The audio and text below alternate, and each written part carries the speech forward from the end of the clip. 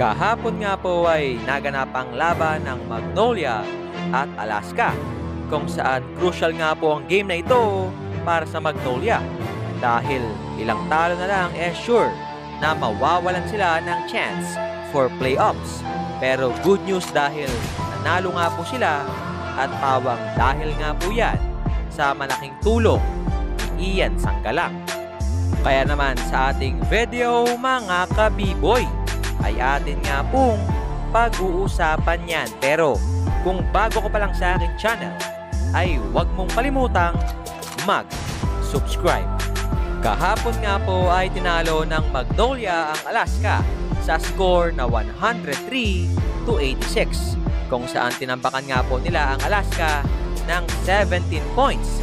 Kaya naman kagulat-gulat dahil after 5 straight losses nga ng Magnolia, 2 straight wins naman ang kanilang natatamo ngayon. Kung saan kontra nga po yan sa Rain or Shine at sa Alaska na kanilang tinambakan lang kahapon. At pawang dahil nga po yan sa malaking contribution ni Ian Sanggalang na tumikada ng 24 points, 14 rebounds at 3 blocks. At syempre, sa tulong din ni Paul Lee at Mark Baroka na mayroong 20 points at 19 points. Kaya naman ang tanong ko kung sa tingin mo ba kakayanin pa kaya ng Magnolia na makapasok ng playoffs gamit ang kanilang 4 remaining games.